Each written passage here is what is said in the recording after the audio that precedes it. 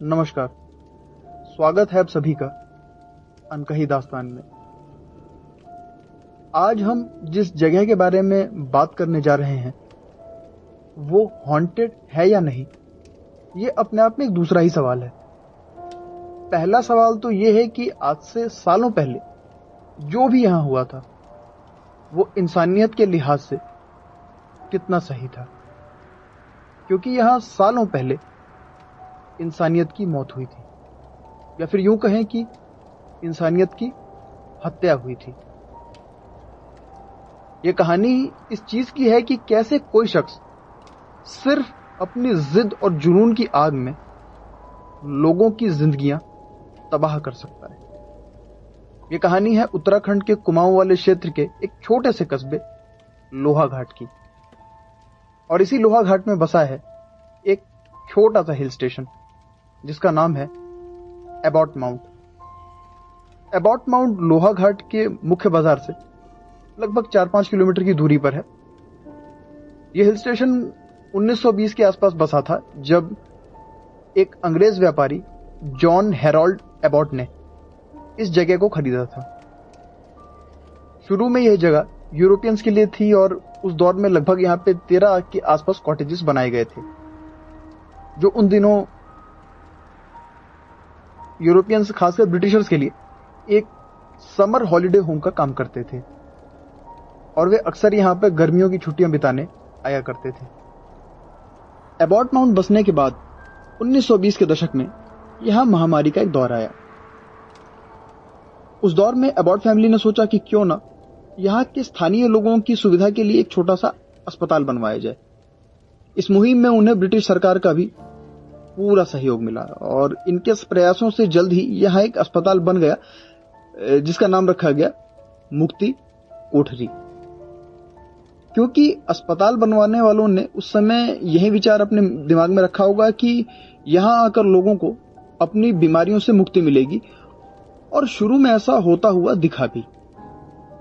पर फिर आगे चलकर मुक्ति कोठरी शब्द के मायने पूरी तरह बदल गए। ये अस्पताल यहां के लोगों के लिए वाकई एक वरदान साबित हुआ। और फिर 1930 के आसपास यहां आमद हुई डॉक्टर मॉरिस की। डॉक्टर मॉरिस पहचाने जाते थे डॉक्टरी के प्रति अपने जुनून के लिए, और यही कारण रहा कि उनके यहां आते ही काफी कम समय में लोग उनके मुरीद हो गए। यह बात लोगों में जल्द ही फैल गई कि डॉक्टर मॉरिस के हाथों में जादू है। बीमारी चाहे जैसी भी हो, अगर डॉक्टर मॉरिस के संपर्क में आप आ गए तो इस बात की पूरी गारंटी है कि आप ठीक हो जाएंगे। पर एक चीज और थी जिसके लिए डॉक्टर मॉरिस खास तौर पे जाने जाते थे, और वो थी उनकी भविष्यवाणी। डॉक्टर मॉरिस इस चीज के लिए भी जाने जाते थे कि अगर वो किसी आदमी को सिर्फ देख भर लें तो वो देखकर ही उसकी मौत का सही समय और सही दिन बता देते थे। जैसे उदाहरण के लिए, अगर डॉक्टर मॉरिस ने कह दिया कि अविरल पांडे की मौत इस दिन और इतने बजे होगी, तो ऐसा ही होता था। एक तरह से लोग डॉक्टर मॉरिस को भगवान का रूप मानने लगे। उनका मानना था कि उन्हें भगवान ने उनके बीच भेजा है ताकि वो उनके कष्ट दूर कर सकें। पर जल्द ही कुछ ऐसा हुआ जिसने डॉक्टर मॉरिस को रातों रात लोगों की नजर में भगवान से शैतान बना दिया। धीरे धीरे लोगों को यह बात पता लगने लगी कि डॉक्टर मॉरिस जो करते थे वो चमत्कार नहीं बल्कि क्राइम था। पता यह चला कि जो लोग डॉक्टर मॉरिस के दिए वक्त पर मरते थे, असल में डॉक्टर मॉरिस उन्हें खुद ही मारा करते थे। क्योंकि डॉक्टर मॉरिस लोगों पर जानलेवा एक्सपेरिमेंट्स करते थे, इस बात को जानने के लिए कि मौत और जीवन के बीच आखिर होता है तो क्या होता है।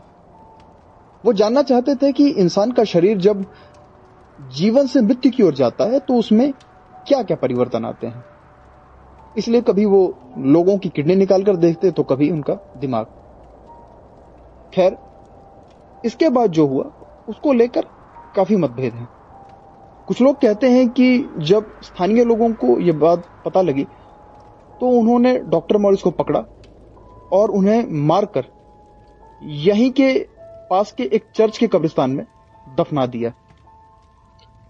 और कुछ लोग मानते हैं कि यह राज खुलने पर लोगों के गुस्से से बचने के लिए डॉक्टर मॉरिस रातों रात लापता हुए और इसके बाद उनका कोई सुराग नहीं मिला। अब इन दोनों बातों में सच क्या है, दावे से कोई नहीं कह सकता। खैर, इसी सच की तलाश में मैं भी पहुंचा इसी महीने माउंट एबॉट, और सबसे पहले मैं गया उसी जगह जहां पर मुक्ति कोठरी हुआ करती थी। और सबसे पहली चीज जिसने मुझे हैरान किया वो थी खुद मुक्ति कोठरी। पता लगा कि मुक्ति कोठरी तो भैया 8-10 साल पहले गिराई जा चुकी है, और अब जो ये जगह है दिल्ली के एक बिजनेसमैन की प्राइवेट प्रॉपर्टी हो चुकी है। यही कहानी यहाँ बाकी के कॉटेजेस की भी है। यहाँ के ज्यादातर कॉटेजेस अब दिल्ली, चंडीगढ़, देहरादून में रहने वाले लोगों की नाम है, और इन कॉटेजेस में रहने वाला भी कोई नहीं है। अगर कोई रहने वाला है तो वो इन कॉटेज ओनर्स के ड्राइवर हैं, प्यून हैं या फिर केयरटेकर। खैर, टहलते हुए मेरी मुलाकात यहाँ पर मुक्ति कोठरी के पास की प्रॉपर्टी के एक गेटकीपर से हुई। उनसे मेरी थोड़ी बातचीत हुई और उनका कहना था कि उन्होंने अपने पिता से डॉक्टर मॉरिस की कहानी सुनी है, और ना सिर्फ उन्होंने कहानी सुनी है बल्कि उनके पिता ने डॉक्टर मॉरिस को देखा भी है। मतलब भूत के तौर पे नहीं, जब डॉक्टर मॉरिस जिंदा थे तब। बातों बातों में उन्होंने एक बात और कही जो जरा हटकर थी। उनका मानना था कि डॉक्टर मॉरिस ने जो भी किया वो कहीं से भी गलत नहीं था, क्योंकि डॉक्टर मॉरिस एक्सपेरिमेंट करते थे, और एक्सपेरिमेंट का पर्पस तो मेडिकल साइंस को डेवलप करना था। और आखिरकार जब मेडिकल साइंस डेवलप होती है तो भला तो हम इंसानों का ही होता है ना। तो ये उनका तर्क था। पर उनका तर्क जो भी हो, मेरा मानना है कि डॉक्टर मॉरिस के इस एक्ट का कोई जस्टिफिकेशन नहीं हो सकता, क्योंकि अगर आप किसी को जीवन दे नहीं सकते तो आपको जीवन लेने का भी कोई अधिकार नहीं है। और विदा लेते हुए उन्होंने मुझसे एक बात और कही, वो ये कि लोग मानते हैं कि डॉक्टर मॉरिस की आत्मा मुक्ति कोठरी में नहीं बल्कि पास ही बने उस चर्च में भटकती है जहां पर उनके दफन होने की बात कही जाती है। क्योंकि डॉक्टर मॉरिस जो थे काफी धार्मिक प्रवृत्ति के व्यक्ति थे, तो ऐसे में उस चर्च से उनका खास लगाव था। उनका कहना था कि डॉक्टर मॉरिस अब भी उस चर्च के करीब भटकते हैं, इस बात को लोगों को बताने के लिए कि उन्होंने जो भी किया वो किसी गलत नियत से नहीं किया। इसके बाद मैं चलते चलते पहुंचा चर्च के करीब। यह चर्च अब 100 साल से ज्यादा पुराना हो चुका है, और ये इसकी हालत देखकर भी आराम से समझ आ रहा था।